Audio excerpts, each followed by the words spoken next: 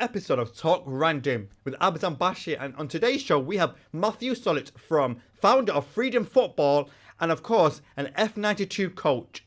Matthew joins us today in the studio with me, and we are speaking about Matthew's journey into football coaching. So, Matthew, where did your passion start for football coaching? Yeah, thanks for having me on. Hopefully we can use today as just a little bit of my experiences within coaching. But yeah, got into coaching about 8 years ago, being abroad across 3 continents, and currently now working for F92, which is Foundation 92, which is a charity partner of Salford City, which obviously we've got our links because it's formed by the class of 92.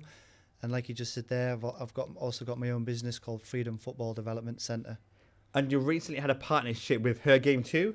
Yeah, Her Game 2. That's sort of a partnership, a support campaign that highlights sexism towards women in football, which again is something I'm quite passionate about after working in the Middle East, seeing the opportunities that aren't quite there for women. And it also gives me another experience of coaching. I haven't really coached that many females in football in the past. But so yeah, Her Game 2 linked with Freedom Football. F92, we can talk about that later on. But yeah, thanks for having me on today. Thank you. All right. That should be like the introduction, right? Yeah. Good stuff. We'll get a photo. Yeah, Bashi.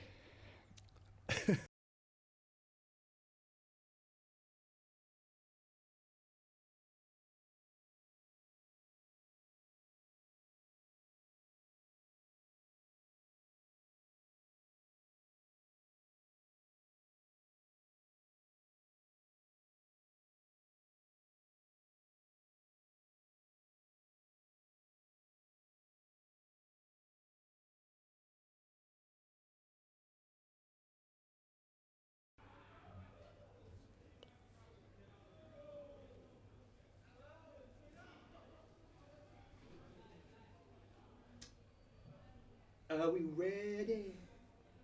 How many of these have you done now? About 30. Is it?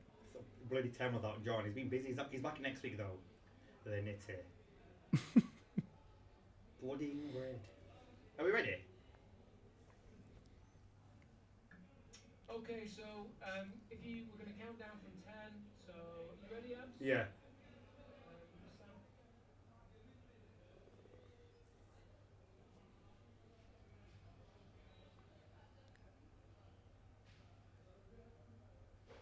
Okay, and in 5, 4, 3. Hello guys and welcome back to Talk Random. As again guys, if we notice something guys, unfortunately yet again, John Bashi can't be here today. He's ill today, allegedly ill. But anyway, moving on, John Bashi should be back next week, fighting fit and ready to be back on Talk Random. And we have a special guest guys. This guest is an absolute legend within the sports coaching. He has travelled the world when it comes to sports coaching, and he actually works for Foundation 92, which are partners of UA92 and Salford City. He is Matthew Sollit. Thank you, Abs. Thanks for having me on. Hopefully I can share some insight of what we do at Foundation 92 get comfortable.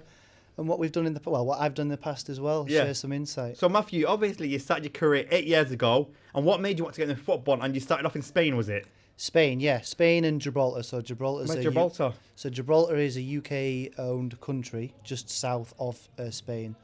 Oh, I thought it was like Africa. You know, well, it is. It's the most southern point of Europe, closest to Africa. So, okay, it sounds like, yeah, go on, anyway. Yeah, so I guess a little bit of my story. I played football as a kid until I was about 16, but didn't make it professionally. It was more grassroots. Always wanted to be involved with sports. And I did a lot of work doing betting, so football trading specifically. What's that about, like football betting? So you were betting on football matches?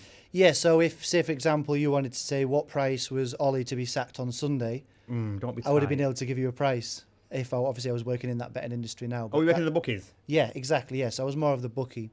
So I worked for Bet365, and then I was offered an opportunity to be with Bet Victor, which used to be Victor Chandler, in Gibraltar. So again, it's a bit of a tax haven out there. So that's why major companies sort of set up camp there, and it sort of helps them. So I was offered a job out there. So I ended up living in Spain, and I was actually playing sort of on borderline semi-professional footballer In football. Gibraltar? In Gibraltar, yeah. What was the team called? So Bruno's Magpies. Bruno's Magpies. Is it a Yeah. British man? Bruno's like a So British. Bruno's was basically the local pub where everyone went. Oh, yeah. And it was formed, and again, it started as like a Sunday League team, but then Gibraltar became part of UEFA.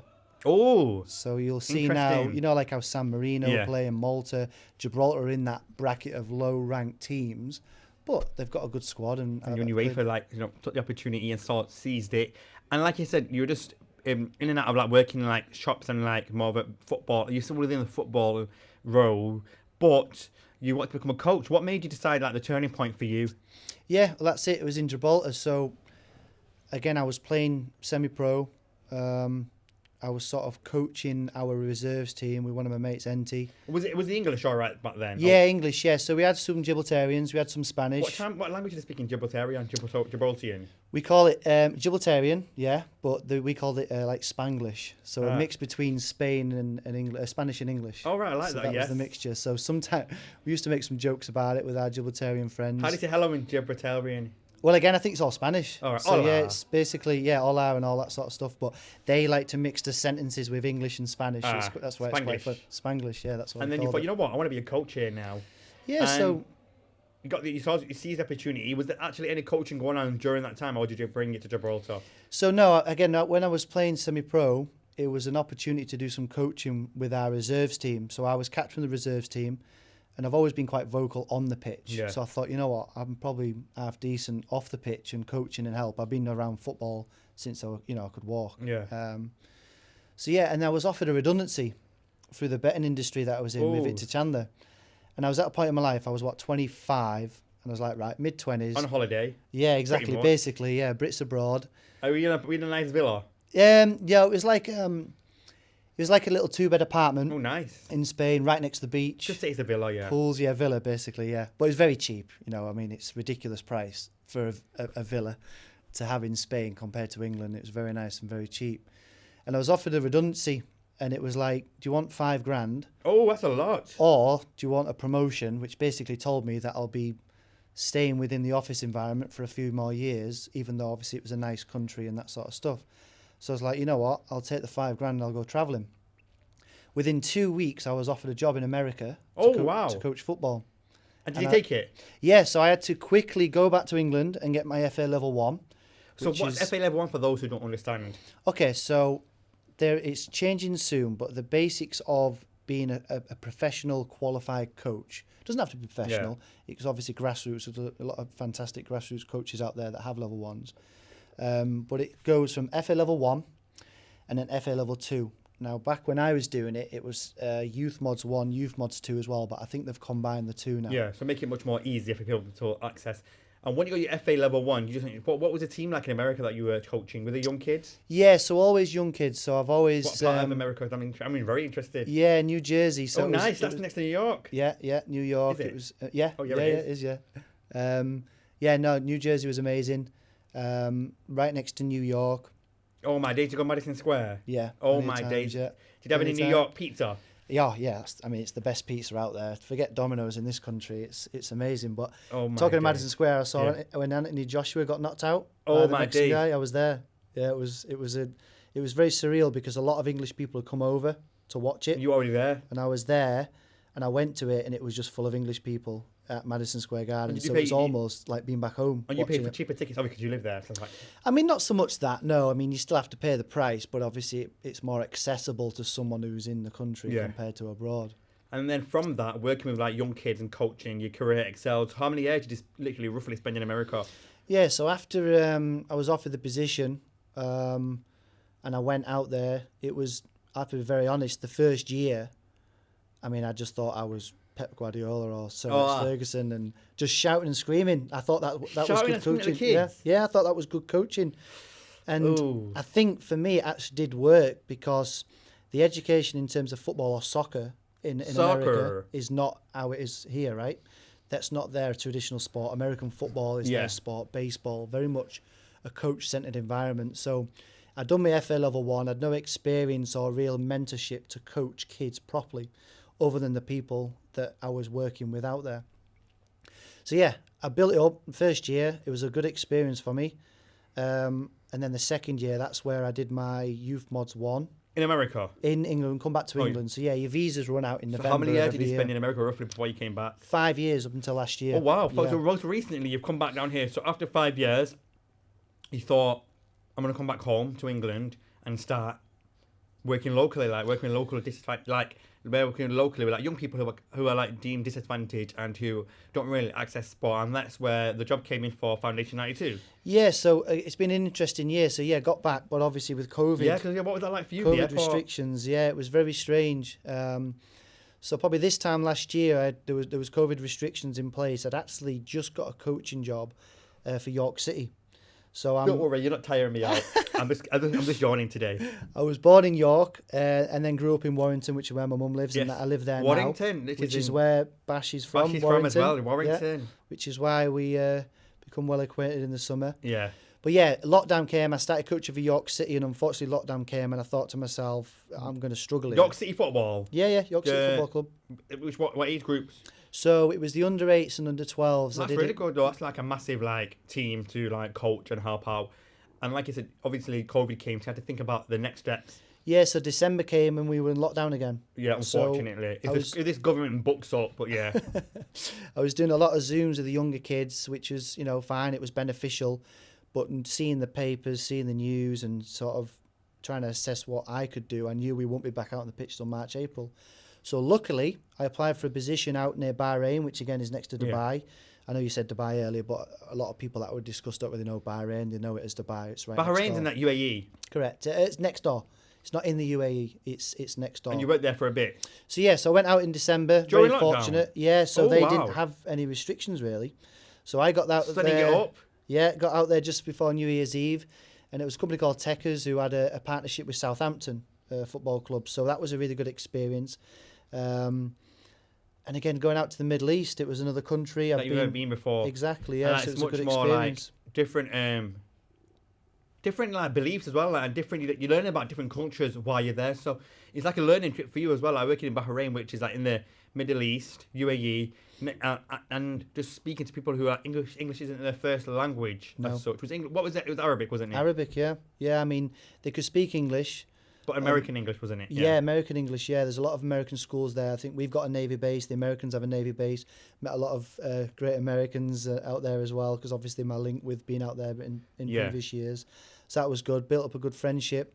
But yeah, I guess go back to your original question of what I'm doing now is Bahrain went onto the red list Oh, my in days. June. So basically me and my mates that were... Our contract was due to end in July. Yeah. So basically we had to rush back because I didn't want to spend 1,800 quid and stay in a hotel in London for 10 days, right? I know because the government had some sort of. I'm not gonna lie. Speaking about like rushing around and playing with people's careers, the government I think like didn't book up at the time, and like they didn't really care for us really. And like they're saying like, yo, you got to pay this in the hotel. But like moving on from them, like you were still struggling. You came down here and you're like, oh my days, what the hell is gonna happen now? Yeah. Like, what am I gonna do with myself? Like we're in lockdown. COVID's taking over the world. We're in a pandemic. Shit, like what's my career gonna go to now? Yeah, like I say, I was very fortunate that I was offered the position in the Middle East because not only did it enhance my coaching experience, it got me out of the country where, like you just said there, we're not here to talk politics, but it was a mess, wasn't it, in December? Oof, You this know, country is still in a mess. We're still in yeah. a pickle with this Yeah. current government, like Boris. We can go on, but Absolutely. that's another time for this podcast. No, I agree They with need you. to book up at the moment, though, don't they? Yeah, no, I agree with you. It's not easy, and again, for me, I'm very fortunate that I was able to get that opportunity abroad. Met some great people out there as well.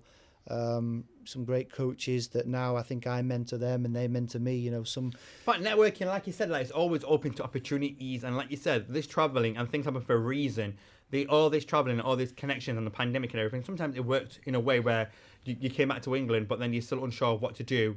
But yeah, you still wanted to. You still have that drive, that commitment, that passion, and that resilience to say, you know what, I'm gonna still be a coach, whether it is gonna be online or help other people. I'm gonna still become one, and that's where the job came for Foundation 92 came in. So you got the job during COVID.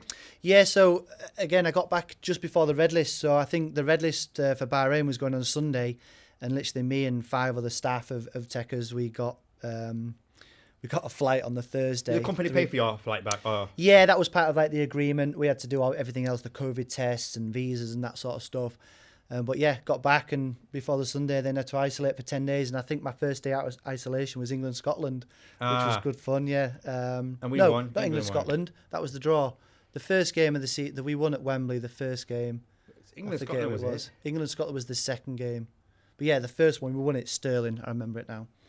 But yeah, in that time, again, I'm quite a proactive person, quite a proactive coach. Yeah. You know, You're not a couch potato. No, Obviously, we sat down on one today. But you want to get active, you want to get fit. And obviously, lockdown coming up, you're planning on the lockdown pounds and everything. You thought, you know what, I got to set an example. I can't be a big coach who's a bit of blah, blah, blah. I've got to set an example. I've got to help these kids. I've got to invite them down.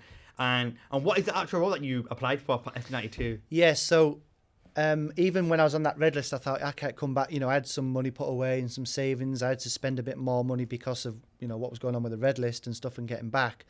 But yeah, applied for some positions, and I just saw this position, like I say, Foundation 92, they're an official charity partner of Salford City. And UA 92. And UA 92, which is formed by the class of 92, which again... And we've got like John Bashi, who's obviously works at F92. We've got Regan, who works at F92. Yeah, so there's quite, again, like you said, networking, massive right? connection, and networking is key. Yeah, especially in this city. You know, what an amazing city Manchester is, and it's actually a small place if you get it right. And it's been a great opportunity. So the position I applied was basically a part-time community support coach, casual sports coach, whatever. What does that working with Salford and within the local communities for those people who are hardest to reach in like local deprived catchment areas, ensuring that they get their support and they get sports within their like whole outlook? Yeah, right? Exactly. And again, we today is nice for me to talk about my past and my history in terms of coaching, because again, I've been very fortunate to have those different experiences. And even when I've done my coaching badges in England in the past,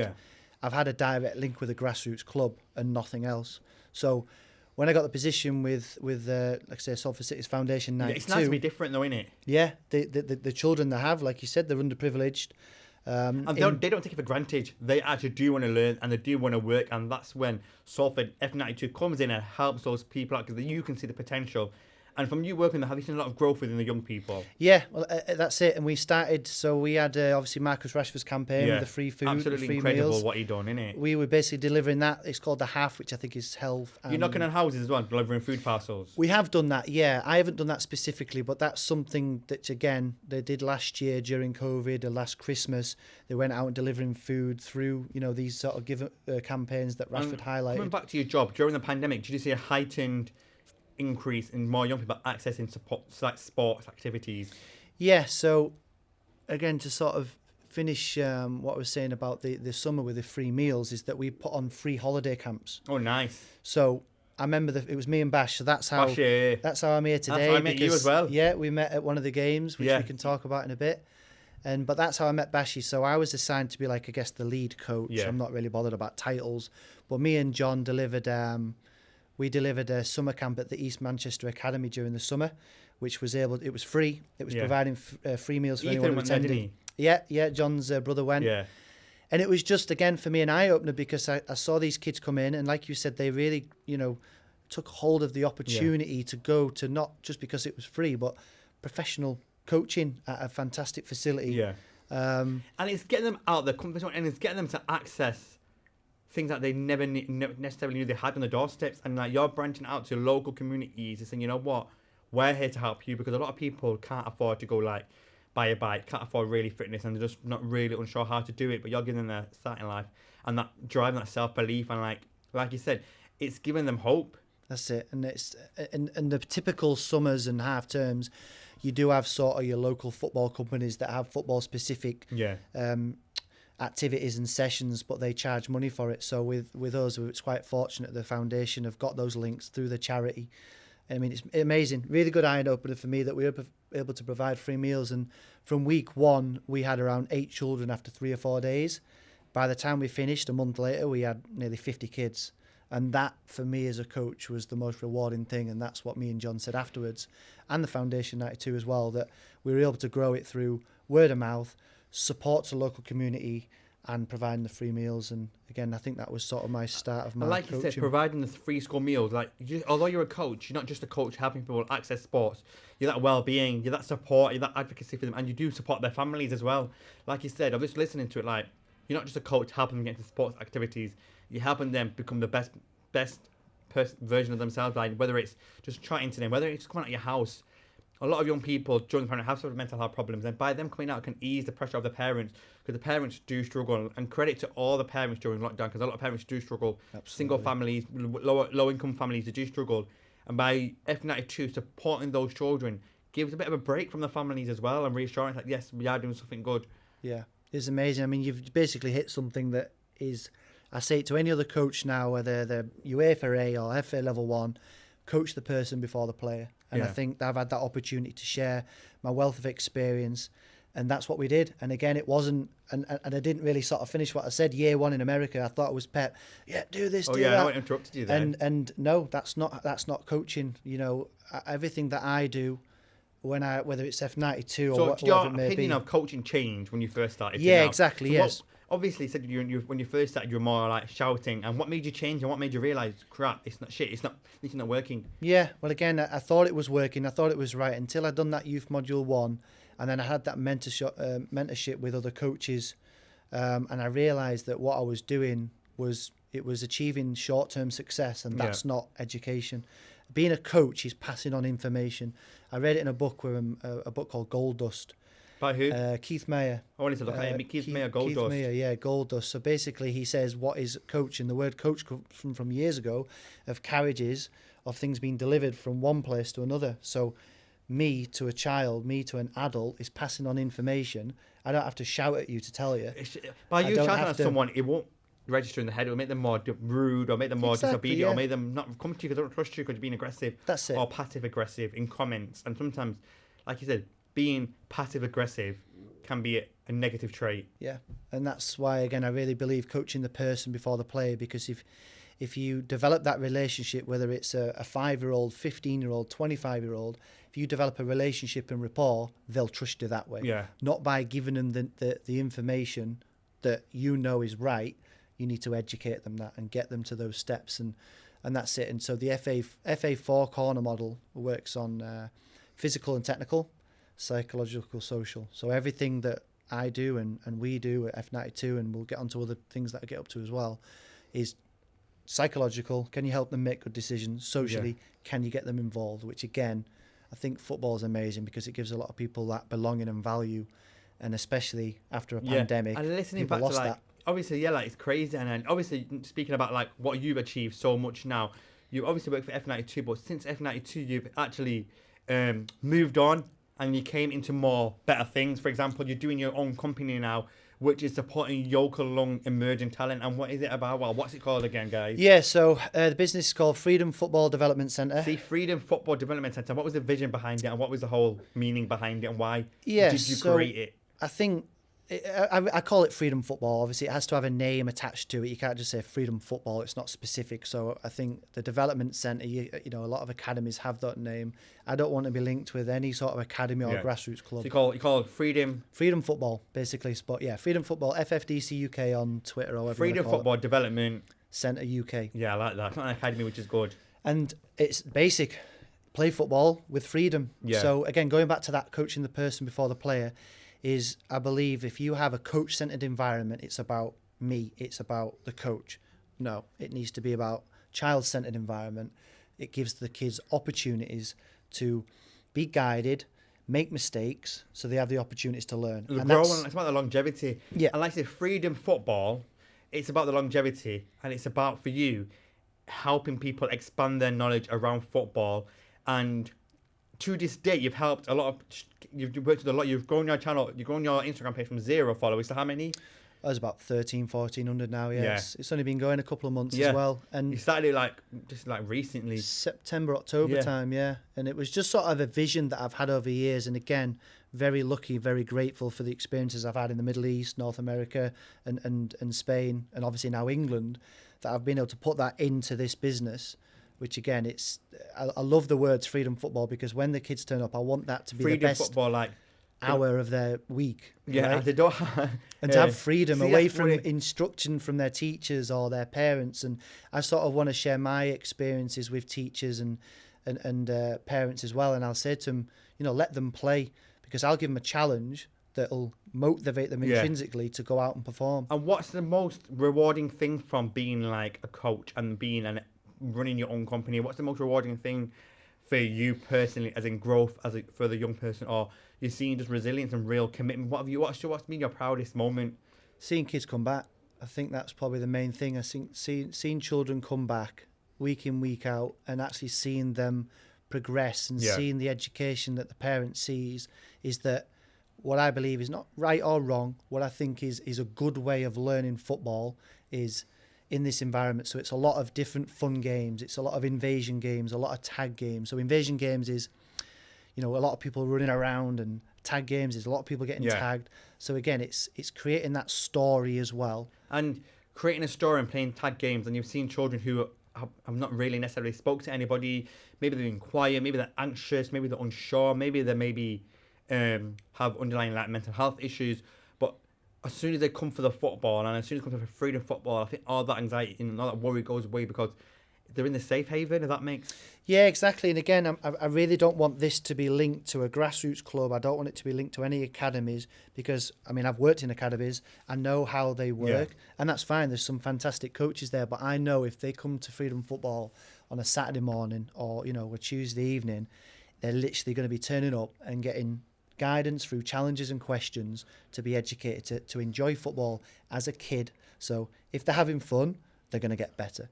If they get better, they'll be competitive. Yeah. If they can be competitive, then you'll get your wins when you're a teenager and potentially with academies and stuff. Yeah, and like I said, it's not always about how good you play football. It's about the well-being side of it, and like that's the first and foremost that what I'm getting from it is like it's the individual. You're not just a number. Everyone is treated.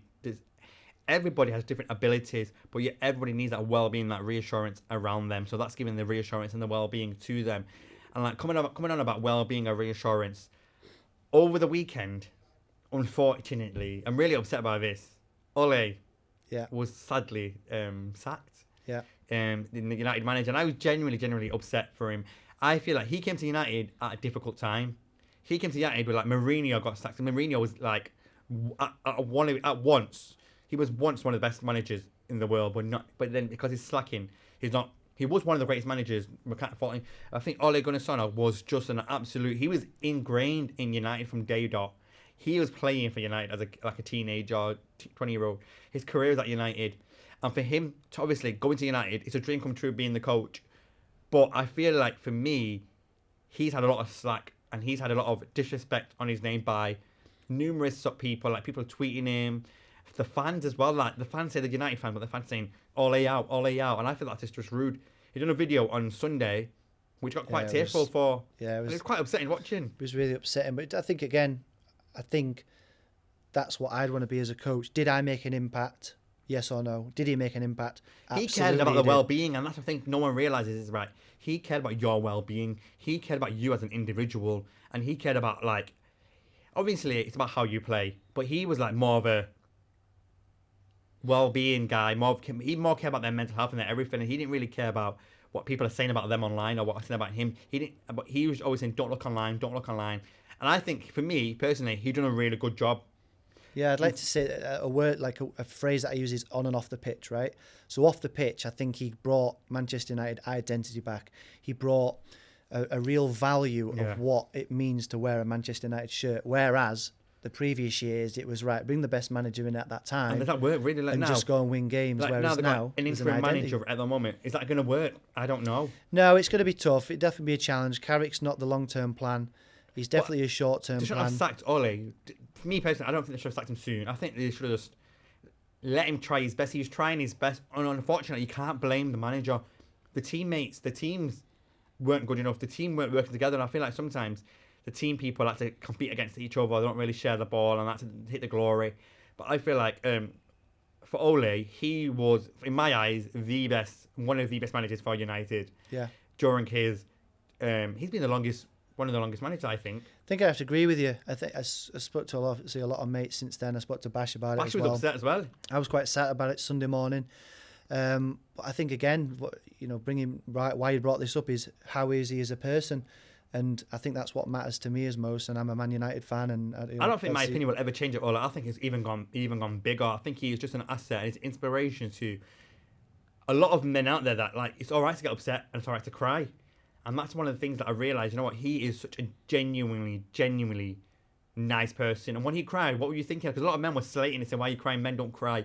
And he just proved them wrong. He's a footballer, ex-footballer, coach, a Manchester United legend, crying on massive worldwide, like on the internet, on TV. And people were laughing at him. No, And that's the thing, like, it's not funny. Like, men do cry as well. And that's the thing. You got to think about his well-being, and his, like, children might see what you're writing. And when you're putting pressure on his friends to say he's not good, he is good. I think he is good. But he's just a true character to himself, like him crying and everything, just goes to show what kind of person he was. Yeah, I mean, it's all about perception nowadays, isn't it? It's when we talk about mental health and what should be said and what shouldn't be said, and why can't he cry just because he's a man? What's that got? Because he's a legend. He's got his own beliefs, he's got his values, which again I think he's really brought them back to Manchester United. Unfortunately, on the pitch, it wasn't working out, whether it's a tactical issue or whatever it may be. And I think Neville said it on his podcast yesterday that we'll find out in 3 months' time, because those players loved Ollie. And I don't think the results were reflective of them not performing for him.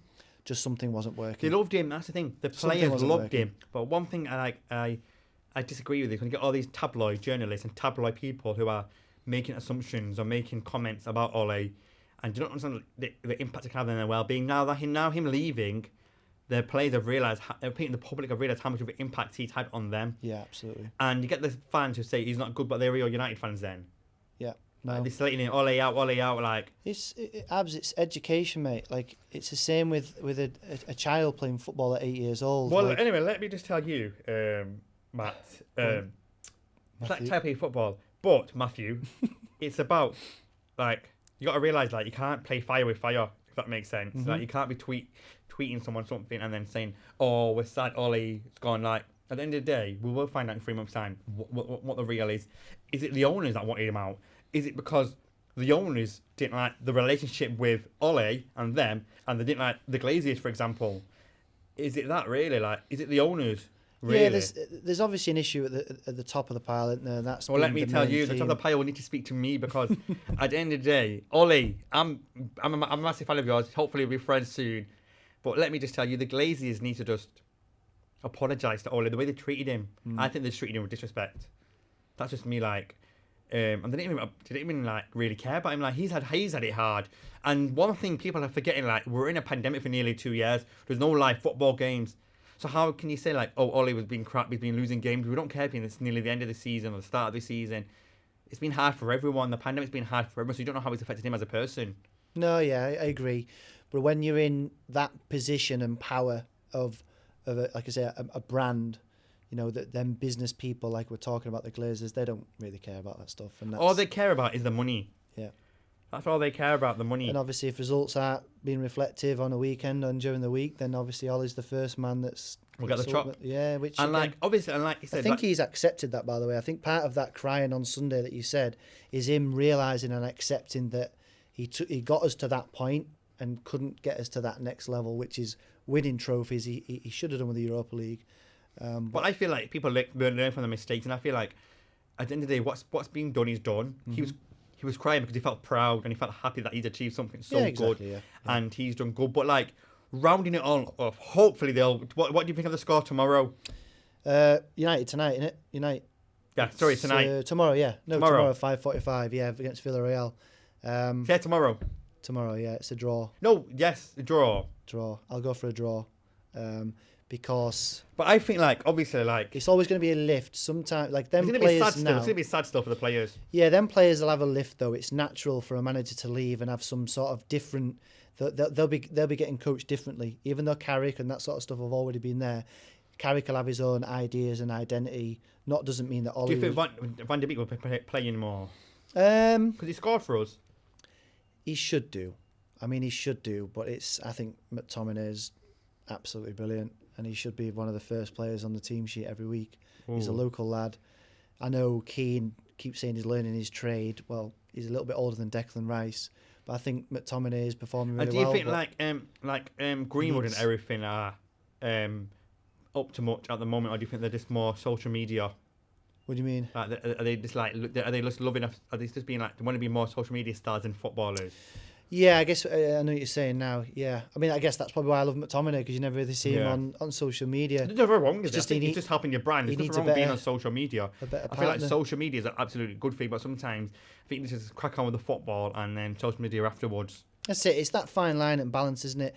Neville says it all the time. They've all got social media managers and people that do it for them because, like you said, it's a brand. But I don't know. I wouldn't read into that too much. I know them players are hurt, and you see Bruno on Bruno Fernandes was really devastated. He was upset, isn't he was like telling the fans that it's us as well. But you know, it is the players and the fans need to realise that the fans need to buck up, innit? So anyway, Matt, rounding it off, where can we see like your coaching career at my mind's gone blank. F92 and Freedom Football. F92 and Freedom Football. Where's the next steps for you guys? Well, I really want to see the foundation now grow and support schools and communities in and around the Salford area specifically. So I'll be looking to contact schools over the next sort of month, ready for the new year. Yeah. So getting it ready early, bagging it in. Yeah. Bish, bash, bosh. Seeing what schools need and how we can sort of go alongside their curriculum and support them, whether it's through English, maths, PSHE and PE. Obviously, we're more sport dominant, and that's probably what we're more skilled in, but we have specific programs that can support that. So in terms of F92 and Salford City and where can people find your work, your page, Freedom Football? Freedom Football. So again, it's FFDCUK on Instagram. That's probably more where it's updates. You may have some partnership with some people during the line. Could you talk about it? Yeah, I know we're stuck on time a little bit, but yeah, I just had some partnership with like a support campaign. Support campaign called Her Game 2. And Her Game 2 is about females enjoying football. Yeah, so they highlight sexism in football, and I guess again we've run out of time a little bit, but I coach for Altrincham Ladies as well, which I'm very proud to be part of. And yes, Matthew. Yeah, so I'm quite since the Middle East. I think I was quite passionate about females in football, because they don't really have the opportunities out there. And again, we don't have time to talk about that now, but obviously people know the Middle East is different. Is that why the Middle East made your hair a bit ginger?